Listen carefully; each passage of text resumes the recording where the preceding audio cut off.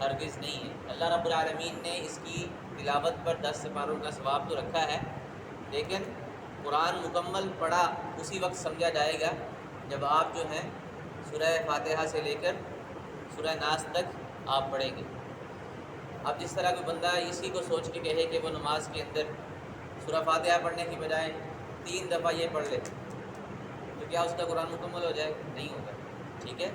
اور رمضان میں تراویح کی بجائے وہ کہے پورا قرآن پڑھنے کی بجائے میں 3 دفعہ یہ پڑھ لیتا ہوں، تو نہیں مکمل ہوگا۔ اس کا مطلب یہ ہے کہ اس کا ثواب اتنا ہے، لیکن پڑھا تبھی، قرآن مکمل تبھی سمجھا جائے گا جب آپ شروع سے لے کے آخر تک پڑھیں گے، وگرنہ اس کا ثواب ثابت ہے۔ آپ نے فرمایا کہ یہ 1/3 قرآن کے برابر ہے، یہ پہلی فضیلت ہے اس کی۔ اور اسی طرح دوسری فضیلت اس کی یہ ہے کہ جو آدمی اس کے ساتھ محبت کرتا ہے، اس کے ساتھ محبت بندے کو اللہ رب العالمین کی جنت میں داخل کر سکتی ہے۔ جو بندہ اس کے ساتھ محبت کرے، پھر اس کے تقاضوں کو پورا کرے، ایسے آدمی کو اللہ کے رسول صلی اللہ علیہ وسلم نے جنت کی ضمانت دی۔ نبی اکرم صلی اللہ علیہ وسلم نے ایک لشکر بھیجا اور وہاں پہ اس لشکر میں ایک آدمی کو ان پر امیر مقرر کیا۔ اس کی عادت مبارکہ یہ تھی کہ جب بھی وہ قرآن میں جب بھی نماز میں قرآن پڑھتا تو اختتام سورہ اخلاص پر کرتا، مطلب کہ سورہ فاتحہ کے ساتھ کوئی اور سورت ملاتا، لیکن جب تلاوت ختم کرنی ہوتی تو یہ سورت پڑھ کے تلاوت کو ختم کرتا تھا۔ صحابہ نے نبی اکرم صلی اللہ علیہ وسلم کو بتایا، آپ نے کہا کہ اس سے پوچھو کہ وہ ایسا کیوں کرتا ہے۔ وہ کہنے لگا کہ میں اس سے محبت کرتا ہوں کیونکہ اس میں اللہ رب العالمین کی صفات ہے، یہ اللہ رب العالمین اللہ رحمان کی صفات پر مشتمل ہے، مجھے اس سے بڑی محبت ہے۔ تو رسول اکرم صلی اللہ علیہ وسلم نے فرمایا کہ اس آدمی کو خبر دے دو کہ اللہ بھی اس سے محبت کرتا ہے، اللہ بھی اس سے محبت کرتا ہے، اس صورت کے ساتھ اس کی محبت کی وجہ سے اللہ بھی اس سے محبت کرتا ہے۔ تو یہ بندے کو جنت میں داخل کروا سکتی ہے، اللہ رب العالمین کا محبوب بنا سکتی ہے، یہ ایسی عظیم الشان صورت ہے۔ اور آپ نے سنا تھا جس طرح جب ہم نے سورہ کافرون پڑھی کہ نبی اکرم صلی اللہ علیہ وسلم ان دونوں صورتوں کو کب پڑھا کرتے تھے؟ فجر کی 2 سنتوں میں، مغرب کی 2 سنتوں میں، فطر کی آخری 2 رکعتوں میں، اور اسی طرح طواف کی 2 رکعتوں کے اندر آپ صلی اللہ علیہ وسلم یہ 2 صورتیں پڑھا کرتے تھے۔ اور رات سونے سے پہلے بھی آپ صلی اللہ علیہ وسلم نے اس کو پڑھنے کی تاکید کی ہے، ٹھیک ہے۔ 3 صورتیں جو آپ پڑھتے اس طرح ہاتھ پھیلا کے، پھر اس کے اندر پہلے پھونک مارتے، پھر اس 3 دفعہ یہ تینوں صورتیں پڑھتے، آخری 3 صورتیں، ٹھیک ہے۔ یہ سورہ اخلاص اور معوذتیں، قل اعوذ برب الفلق، قل اعوذ برب الناس، 3 مرتبہ پڑھتے، پھر آپ اپنے پورے جسم پر جہاں تک ہاتھ پہنچ سکتا آپ اس کو پھیرتے۔ یہ نبی اکرم صلی اللہ علیہ وسلم کا سونے سے پہلے کا عمل تھا۔ تو اس قدر یہ عظیم الشان صورت ہے، کیونکہ اس کا اور سورہ کافرون کا آپس میں بڑا گہرا تعلق ہے۔ تو اسی ضمن میں کچھ سوال پہلے کرتا ہوں۔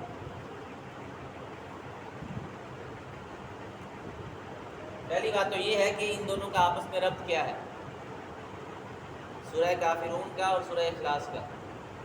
سورہ کافرون میں اللہ رب العالمین نے شرک سے برات کا اعلان کیا ہے، شرک سے برات کا اعلان کرنے کا حکم دیا ہے، اور سورہ اخلاص میں اپنے اکیلے معبود ہونے کا اس بات کیا ہے، اس کو ثابت کیا ہے، ٹھیک ہے۔ تو یہ کلمہ توحید کی ایک جامع تفسیر ہے، کلمہ توحید کی ایک جامع تفسیر ہے یہ دونوں صورتیں۔ لا الہ اس کے اندر سورہ کافرون ہے، اور الا اللہ کے اندر کیا ہے؟ سورہ اخلاص ہے، ٹھیک ہے۔ یہ اللہ کے سوا جتنے بھی معبودان باطلہ دنیا کے اندر پائے جاتے ہیں ان کی نفی کرتی ہے سورہ کافرون۔ اور یہ جو ہے الا اللہ کا جملہ اس پر دلالت کرنے والی سورہ فاتحہ، سورہ اخلاص ہے، قل هو اللہ، کہ وہ اللہ ایک اللہ کے معبود برحق ہونے کو ثابت کرتی ہے۔ تو یہ 2 عظیم الشان صورتیں ہیں، ان کے ساتھ محبت کرنی چاہیے اور اس کا معنی سمجھ کر اس کو اپنی زندگی کے اندر شامل کرنا چاہیے، ٹھیک ہے۔ جب آپ اس کا معنی سمجھیں گے تو آپ کو پتہ چلے گا کہ یہ کس قدر عظیم الشان صورت ہے۔ تو اس کے شان نزول یہ ہے کہ آپ صلی اللہ علیہ وسلم سے مشرکین نے کہا، کافروں نے کہا کہ صف لنا ربک، کہ آپ اپنے رب کے بارے میں ہمیں بتائیے، آپ ہمیں اپنے رب کی پہچان کرائیے، اس کی نعت، اس کی صفات، اس کے اوصاف ہمارے سامنے رکھیے۔ تو اللہ رب العالمین نے یہ صورت نازل فرمائی، اس میں اللہ رب العالمین کا مکمل تعارف موجود ہے۔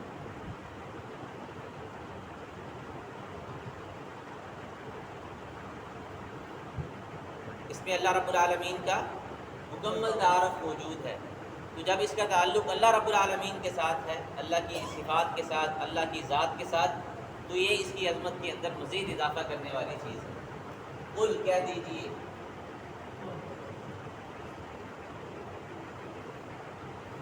خطاب کس کو ہے؟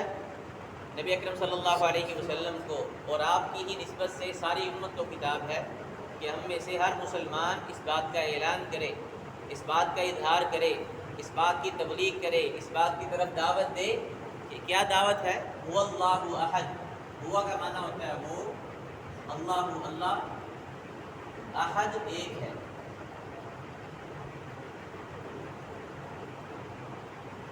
کہہ دیجئے وہ اللہ ایک ہے۔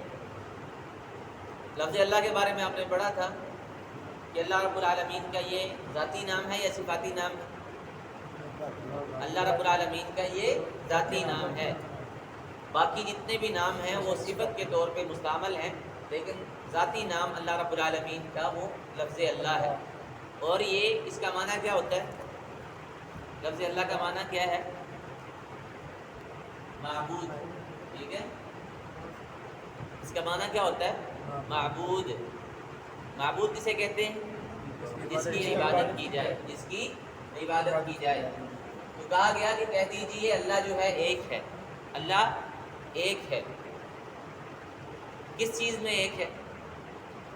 چار چیزیں ہیں جو بطور خاص ذکر کی جاتی ہیں کہ جن میں اللہ اکیلا ہے، اللہ کا کوئی شریک نہیں ہے۔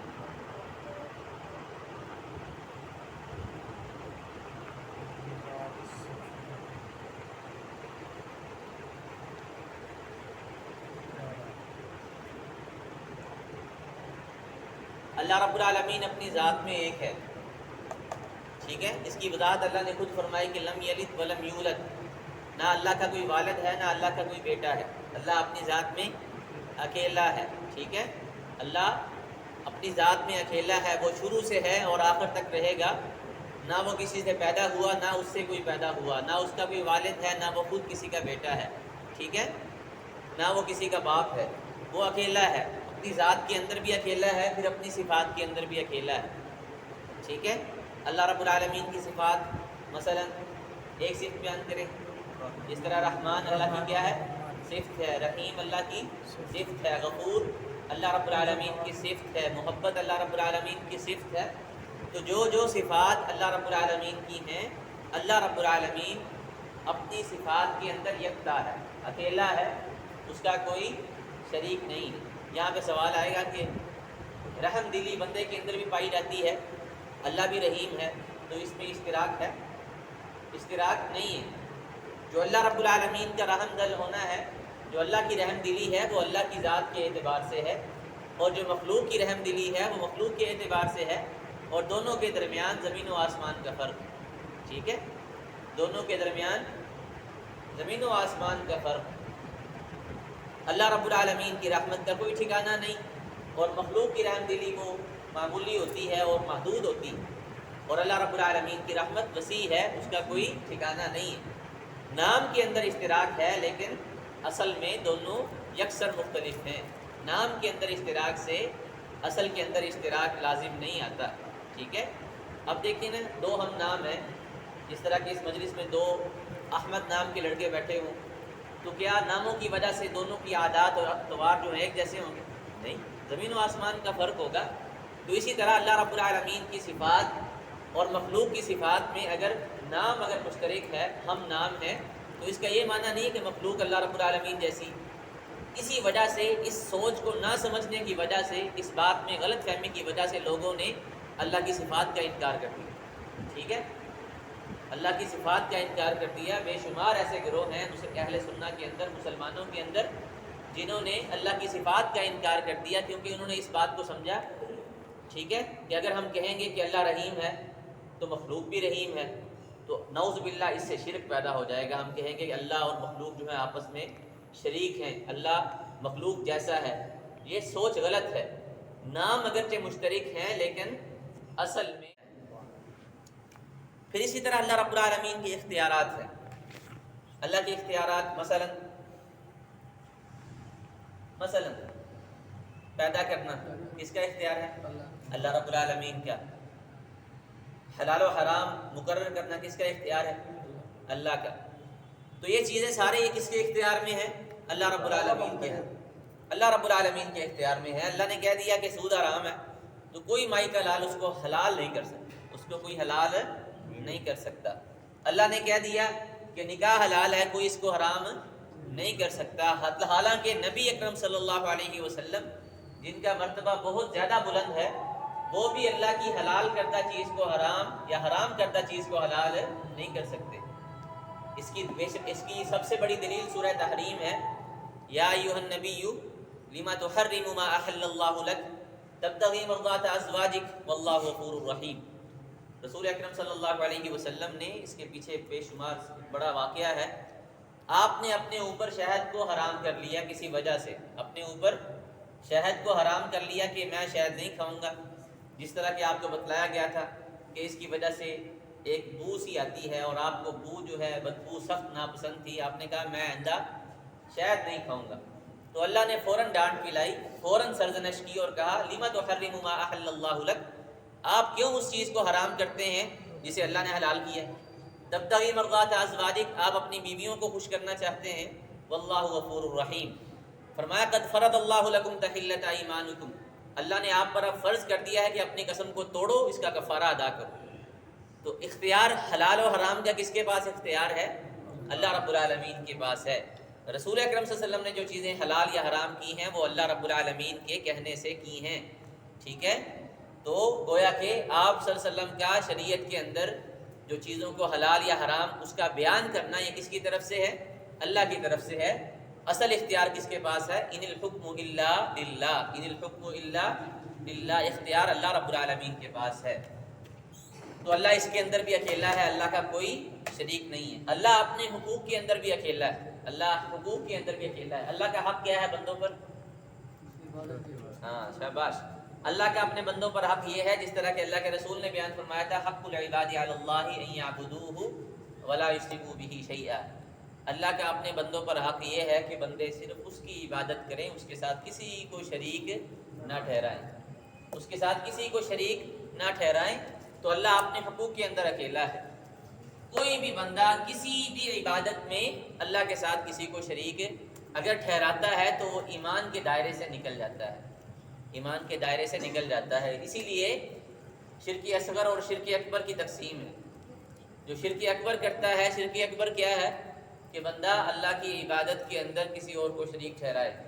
ٹھیک ہے، اس کا خالصتاً ارادہ وہ سمجھے کہ جس طرح عبادت اللہ کا حق ہے غیروں کا بھی حق ہے. جس طرح وہ سجدہ اللہ کو کرتا ہو مخلوق کے سامنے بھی کرتا ہو. مخلوق کے اندر اب سارے ہیں، بڑے سے بڑا بزرگ بھی ہے، چھوٹے سے چھوٹا بزرگ بھی ہے، اس کے اندر قبر بھی ہیں، حجر بھی ہیں، بت بھی ہیں، صنم بھی ہیں، سارے اس کے اندر داخل ہیں. تو اگر اس کو کہتا ہے کہ اللہ کو بھی سجدہ کرنا جائز ہے، مخلوق کو بھی کرنا سجدہ جائز ہے، تو وہ کیا ہے؟ شرک کا مرتکب ہے. اور اس کا شرک کون سا ہے؟ اکبر ہے. شرک اکبر ہے جس کے بارے میں اللہ نے کہا ان اللہ لا یغفر ان یشرک بہ ویغفر ما دون ذلک لمن یشاء، کہ اللہ اس شرک کو کبھی معاف نہیں کرے گا الا یہ کہ بندہ زندگی کے اندر ہی توبہ کر لے. تو اللہ نے معافی رکھی ہے، لیکن مرنے کے بعد توبہ کا کوئی چانس نہیں ہے. اور شرک اصغر کیا ہے کہ بندہ ایک کام اللہ کے لیے بھی کرے اور ساتھ ساتھ نیت مخلوق کو بھی راضی کرنے کی ہو. ٹھیک ہے، نماز پڑھ رہا ہے، نماز کس کے لیے پڑھ رہا ہے؟ اللہ کے لیے پڑھ رہا ہے، لیکن وہ ریاکاری بھی چاہتا ہو، لوگوں کو دکھلانا بھی چاہتا ہو. اس کو شرک اصغر کہتے ہیں.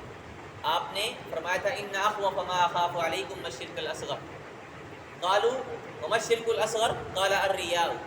آپ نے فرمایا کہ مجھے اپنی امت پر سب سے زیادہ جس بات کا خوف ہے وہ شرک اصغر کا خوف ہے، کہ یہ شرک اصغر کے اندر مبتلا ہو جائے گی. وہ کیا ہے؟ ریاکاری ہے. کوئی بھی کام ہے، اس کام کے اندر بندہ دکھلاوا ضرور چاہتا ہے. شیطان جو ہے اپنا حصہ اس کے اندر نکال لیتا ہے، بندے کی نیت کو خراب کر دیتا ہے، ارادے کو خراب کر دیتا ہے. ٹھیک ہے، اللہ کے راستے میں خرچ کرتا ہے تو دل میں کوئی نہ کوئی چیز ایسی آ جاتی ہے ریاکاری والی، دکھلاوے والی، نمود و نمائش والی، اپنی نیک نامی یا اپنی شہرت کو حاصل کرنے والی، جس سے اس کی عبادت جو ہے خراب ہو جاتی ہے. اس کی عبادت کا جو ثواب اسے ملنا چاہیے تھا وہ نہیں ملتا. کبھی یہ زیادہ بالکل زیادہ ہوتی ہے جس کی وجہ سے بالکل 0% جو ہے آپ کا ثواب رہ جاتا ہے, اور کبھی کم ہوتی ہے. جتنی زیادہ یہ چیز ہوتی ہے آپ کی عبادت کے اندر اسی کی بقدر آپ کی عبادت جو ہے وہ نقصان کا شکار ہو جاتی ہے. تو یہ چیز یاد رکھنی چاہیے کہ اللہ اکیلا ہے کن چیزوں میں, اپنی ذات میں, اپنی صفات میں, اپنے اختیارات میں اور اپنے حقوق میں. اللہ رب العالمین اکیلا ہے, اللہ کا کوئی شریک نہیں ہے. پھر فرمایا اللہ الصمد.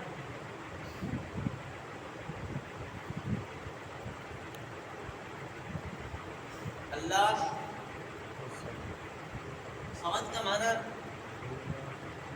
صمد کا معنی ہمارے ہاں یہی کیا جاتا ہے, اور ہمارے پاس یہی ممکن ہے اس کا معنی کرنے کے لیے, یہی لفظ ممکن ہے, وگرنہ یہ بہت جامع لفظ ہے. اللہ بے نیاز.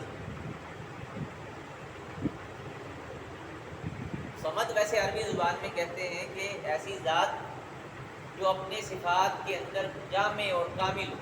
ٹھیک ہے, اپنی صفات کے اندر کامل ہو, اس کے اندر کوئی نقص یا کوئی کمی نہ ہو. وہ عزیز ہے تو اس کی عزت جو ہے اعلیٰ درجے کی ہو. وہ حلیم ہے, وہ ایسا حلیم ہو کہ جس کا کوئی مثیل نہیں. ٹھیک ہے, وہ غفور ہے, وہ قادر ہے, وہ مقتدر ہے. وہ ایسی ذات ہو, وہ رحمان اور رحیم ہے. ایسی رحمت, ایسا عفو, ایسی مغفرت کہ جس کے اندر اللہ کا کوئی مثیل نہیں ہے, جو کہ اپنے عروج کو پہنچی ہوئی ہے, اپنے کمال کو پہنچی ہوئی ہے. ٹھیک ہے, اس کے اندر ذرا برابر بھی نقص نہیں. اور اسی وجہ سے مخلوق جو ہے ہر لحاظ سے اس کی محتاج ہو. مخلوق ہر لحاظ سے اس کی محتاج ہو, وہ کسی کا محتاج نہ ہو. ٹھیک ہے, جب اللہ کو کسی چیز کی ضرورت ہی نہیں ہے, اللہ کے پاس ہر چیز اعلیٰ درجے میں موجود ہے, کمال کی چیز موجود ہے, تو اللہ مخلوق کا محتاج کیوں نہ ہو. اسی وجہ سے مخلوق جو ہر لحاظ سے نقص کا شکار ہے, ہر لحاظ سے محتاج اور فقیر ہے, وہ اللہ کا محتاج ہے. اللہ الصمد, اللہ بے نیاز. اللہ بے نیاز ہے, وہ کسی کا محتاج نہیں ہے. باقی ساری مخلوقات اس کی محتاج ہے, وہ کسی کا محتاج نہیں ہے. یہ بے نیاز کا معنی ہوتا ہے, وہ کسی کا محتاج نہیں ہے, باقی ساری مخلوقات اس کی محتاج ہے. آپ نے پڑھا تھا ایاک نعبد و ایاک نستعین کہ بندہ اللہ کی عبادت کرنے میں بھی کس کا محتاج ہے, اللہ کا محتاج ہے. ٹھیک ہے, اسی طرح ساری کائنات کو آپ دیکھ لیں. اللہ کے رسول صلی اللہ علیہ وسلم کی وہ حدیث وہ ہمارے سامنے رہنی چاہیے. آپ نے فرمایا تھا یا عبادی انکم لن تبلغوا ضری فتضرونی ولن تبلغوا نفعی فتنفعونی, کہ اے میرے بندو تمہارے پاس ابھی اتنی قدرت نہیں ہے کہ تم اللہ کو نفع یا نقصان پہنچا سکو. ٹھیک ہے, تمہارے پاس اتنا اختیار نہیں ہے کہ اللہ کو نقصان پہنچا دو یا اللہ کو نفع پہنچا دو, تمہارے بس کی بات نہیں ہے. پھر آپ نے مزید وضاحت فرمائی کہ لو ان اولکم وآخرکم وانسکم وجنکم کانوا علی اتقى قلب رجل واحد منکم ما زاد ذلک فی ملکی شیئا. اللہ کے رسول نے فرمایا کہ اللہ کہتے ہیں کہ اگر آپ سارے کے سارے پہلے اگلے شروع آدم سے لے کر آخری انسان تک, انسان جن سارے کے سارے ایک متقی آدمی کی طرح بن جائیں, ایک پارسا آدمی کی طرح, پرہیزگار آدمی کی طرح بن جائیں, اس کے دل کی طرح بن جائیں, فرمایا کہ ما زاد ذلک فی ملکی شیئا, میری سلطنت کے اندر, میری بادشاہت کے اندر اس سے ذرا برابر بھی اضافہ نہیں ہو سکتا.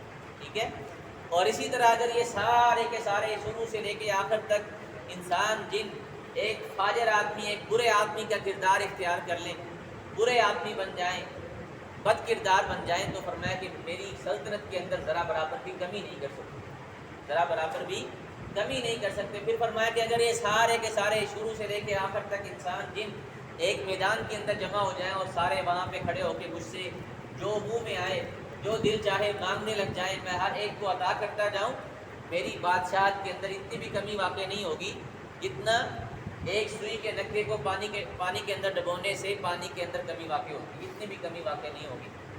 تو یہ دیکھو اللہ کس قدر بے نیاز ہے. ٹھیک ہے, اسی لیے اللہ قرآن مجید میں فرماتے ہیں وقال موسیٰ یا قوم ان تکفروا انتم ومن فی الارض جميعا فإن اللہ لغنی حمید. فرمایا موسیٰ اپنی قوم سے کہتے ہیں, موسیٰ علیہ السلام کہ اے میری قوم اگر تم سارے کے سارے کافر بن جاؤ, تم بھی اور جتنے بھی لوگ زمین میں موجود ہیں, ان تکفروا انتم ومن فی الارض جميعا, اللہ کو کوئی نقصان نہیں پہنچا سکتے. اللہ غنی ہے اور بے نیاز ہے, اللہ محمود ہے. اگر اس کائنات کے اندر ایک بھی بندہ اللہ کی تعریف بیان نہ کرے, اللہ بذات خود محمود, اللہ بذات خود محمود ہے, اس کو تمہاری عبادت کی ضرورت نہیں ہے.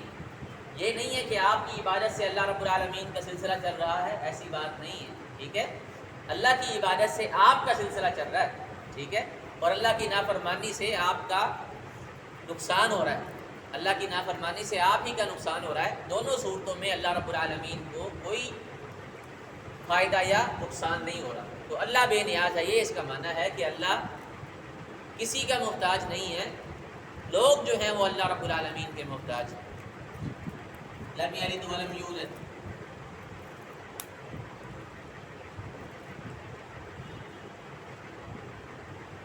لم یلد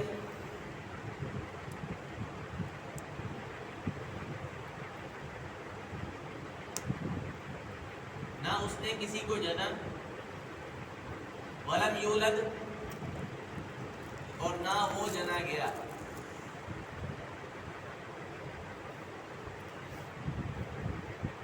نہ اس سے کوئی پیدا ہوا, نہ اس نے کسی کو, ٹھیک ہے, نہ اس سے کوئی نکلا, نہ وہ کسی سے نکلا. ٹھیک ہے, نہ اس کا کوئی بیٹا ہے, نہ اس کا کوئی باپ ہے. سارے معنی جو ہیں آپ کر سکتے ہیں. نہ اس نے کسی کو جنا, ٹھیک ہے, اس کی اندر سے کوئی چیز نہیں نکلی. اللہ نے اس کی مزید وضاحت فرمائی, انا یکون لہ ولد ولم تکن لہ صاحبہ, کہ یہ جو لوگ کہتے ہیں کہ اللہ کی اولاد ہے, انہیں سوچنا چاہیے اللہ کی تو بیوی نہیں. انا یکون لہ ولد ولم تکن لہ صاحبہ, جب اس کی بیوی نہیں, اس کی اولاد کیسے ہوگی. ٹھیک ہے, وخلق کل شیء وہو بکل شیء علیم, اس نے کسی کو نہیں جنا, اس کی کوئی اولاد نہیں ہے. یہاں پہ اللہ رب العالمین نے 3 طرح کے لوگوں پر رد کیا ہے. سب سے پہلے مشرکین پر رد. ان کا کیا نظریہ تھا, وجعلوا الملائکۃ الذین هم عباد الرحمن اناثا, انہوں نے فرشتوں کو جو کہ اللہ کے نیک بندے ہیں, انہوں نے اللہ کی بیٹیاں بنایا ہوا تھا. کہتے تھے کہ یہ فرشتے اللہ کی کیا ہیں, بیٹیاں ہیں. پہلے ان پر رد ہے.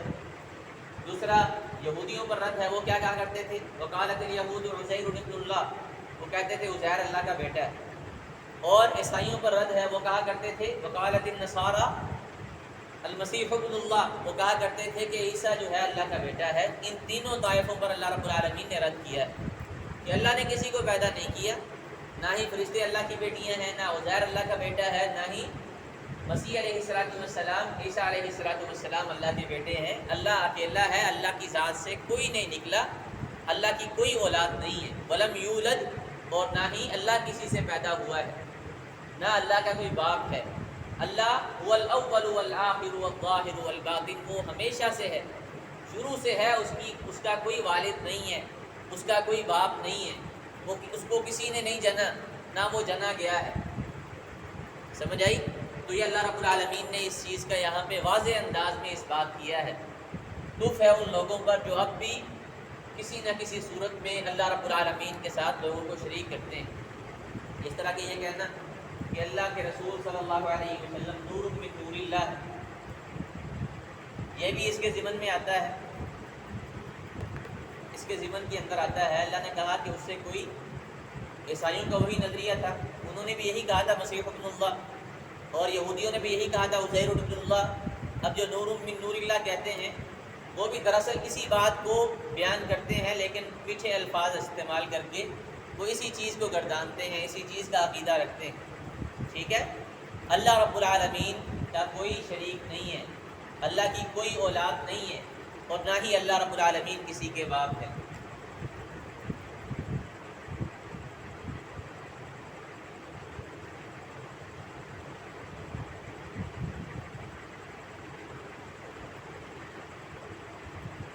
ولم یکن لہ, اور نہیں ہے اس کا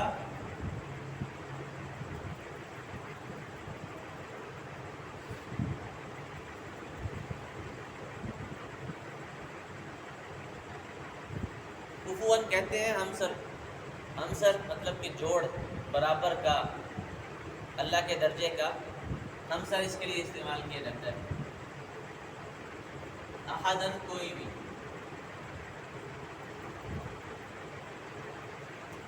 اور اللہ کا کوئی ہمسر بھی نہیں ہے. پہلے کہہ دیا نا کہ نہ تو اللہ کی کوئی اولاد ہے نہ اللہ کا کوئی والد ہے، پھر اس کی وضاحت پیش کی کہ اللہ کے برابر کا بھی کوئی نہیں ہے. ٹھیک ہے، لوگ یہ نہ سمجھے کہ ہاں اللہ رب العالمین، یہ تو مان لیا کہ اللہ کی کوئی اولاد نہیں ہے اور نہ ہی اللہ کا کوئی باپ ہے، لیکن اس کے برابر کے تو ہو سکتے ہیں.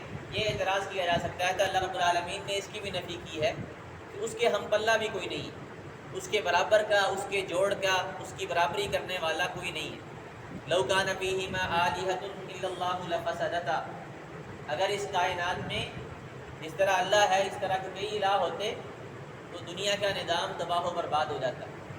اللہ نے عقلی دلائل دیے ہیں کہ اگر اس طرح آپ کہیں کہ اللہ کے ہمسر ہیں، کوئی یہ کام کرتا ہے کوئی یہ کام کرتا ہے، کسی کے پاس اولاد دینے کا اختیار ہے، کسی کے پاس بارشوں کا کنٹرول ہے، کسی کے پاس روزی اور رزق دینے کا انتظام ہے، تو فرمایا کہ اس سے تو کائنات کا نظام چل ہی نہیں سکتا تھا. تو یہ تو سارا نظام درہم برہم ہو جاتا. کسی کا ارادہ بارش برسانے کا ہوتا، کسی کا نہ برسانے کا ہوتا، کسی کا اولاد دینے کا، کسی کا نہ دینے کا، تو یہ نظام ہی نہ چل سکتا. اس کا ہم پلہ کوئی نہیں ہے، اس کا ہم سر کوئی نہیں ہے، اس کے جوڑ اس کے برابر کا کوئی نہیں. اللہ رب العالمین نے ان تینوں چیزوں کی یہاں پہ نفی کی. تو آپ دیکھیں یہ کس قدر عظیم صورت ہے. جو بندہ اس کا معنی ذہن میں رکھے گا اسے اللہ رب العالمین سے خود بخود محبت ہو جائے گی. ٹھیک ہے، اسے اللہ رب العالمین سے خود بخود محبت ہو جائے گی، اس لیے کہ وہ ایسی عظیم ذات کی عبادت کر رہا ہے جو اس قدر اعلیٰ صفات کا حامل ہے، اس قدر اعلیٰ صفات کا حامل ہے. ایک ہے، بے نیاز ہے، نہ اس نے کسی کو جنا نہ وہ جنا گیا اور نہ اس کا کوئی ہمسر. تو یہ جب صورت پڑھیں تو اسی وجہ سے اس کو سوچ کر، اس کو دیکھ کر، جب رسول اکرم صلی اللہ علیہ وسلم نے پڑھنے کا حکم دیا، آپ کی سنت دی، ان اوقات میں اسی طریقے سے پڑھیں گے انشاءاللہ آپ کو اللہ رب العالمین کے ساتھ محبت پیدا ہوگی، اور اس صورت کے ساتھ محبت انشاءاللہ انسان کو جنت میں لے جائے گی. اس پر عمل یہی ہے کہ بندہ پھر اللہ رب العالمین کے ساتھ کسی کو شریک نہ ٹھہرائے، کسی بھی صورت میں، نہ اللہ کی ذات میں، نہ اللہ کی صفات میں، نہ اللہ کے اختیارات میں، نہ اللہ کے حقوق میں. پھر اللہ کو بے نیاز سمجھے اور اس طرح کے جتنے بھی عقیدے دنیا کے اندر پائے جاتے ہیں ان سب سے برات کا اعلان کرے، اور اس کا واضح جس طرح اللہ نے کہا ہے شروع کے اندر قل هو اللہ احد، کہ اعلان کر دو، کہہ دو، لوگوں کو بتلا دو، اس چیز کی تبلیغ کرو، نصیحت کرو. یہ چیز جب اپنا لے گا تو انشاءاللہ یہ آپ کے لیے نجات کا باعث بنے گی. تو اسی وجہ سے اس کو آپ نے، اللہ کے رسول صلی اللہ علیہ وسلم نے 1/3 قرآن کے برابر قرار دیا ہے. علماء نے اس کی بے شمار توضیحات بیان کی کہ 1/3 کے برابر کیوں ہے، لیکن اصل بات یہی ہے کہ اللہ کے رسول نے اس بارے میں کوئی نہیں بتلایا. یہ علماء نے جو کہا، محدثین نے، مفسرین نے کہا، ان کے اندازے تھے. ٹھیک ہے، وہ ان میں سے ایک بات یہ بھی کہی گئی ہے کہ قرآن جو ہے 3 طرح کے مضامین پر مشتمل ہے. ایک احکامات ہے، دوسرا آخرت کے بارے میں ہے، اور تیسرا اللہ رب العالمین کے اسماء و صفات ہے. تو یہ صورت جو ہے خالص توحید پر مبنی ہے، اس میں اللہ کے اسماء و صفات کا تذکرہ ہے، اسی لیے اسے 1/3 کے برابر قرار دیا گیا. یہ بہترین توجیہ ہے، لیکن نبی اکرم صلی اللہ علیہ وسلم نے اسی کوئی دلیل بیان نہیں کی. بہتر یہی ہے کہ اس کو اللہ رب العالمین کی طرف سپرد کر دیا جائے، اللہ کی طرف اس کے علم کو پیش کر دیا جائے کہ اللہ اس کے معنی کو زیادہ جانتا ہے کہ یہ کیوں 1/3 کے برابر. اس بارے میں کوئی سوال ہو تو.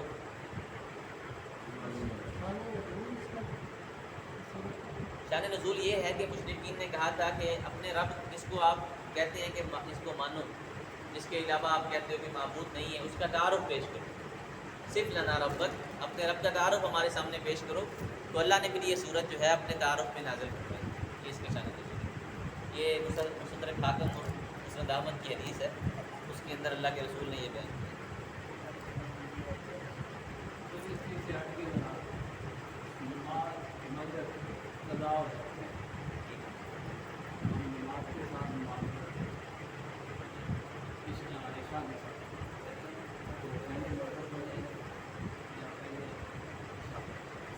نمازوں کی ترتیب جو ہے وہ لازمی چیز ہے. ٹھیک ہے، نمازوں کی ترتیب وہ لازمی چیز ہے.